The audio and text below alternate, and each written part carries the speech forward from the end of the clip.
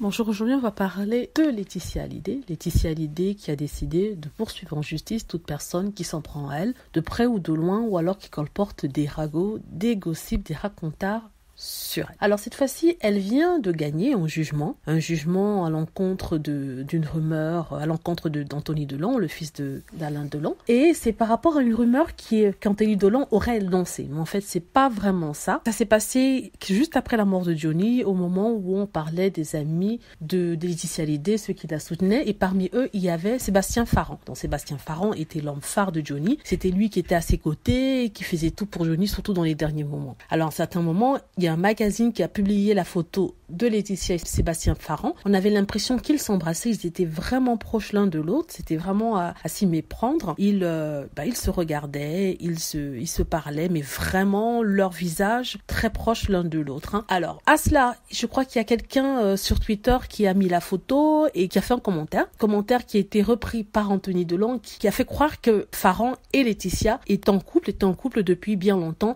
et ce, bien avant même la mort de Johnny. Il a même précisé peut-être 2 ans.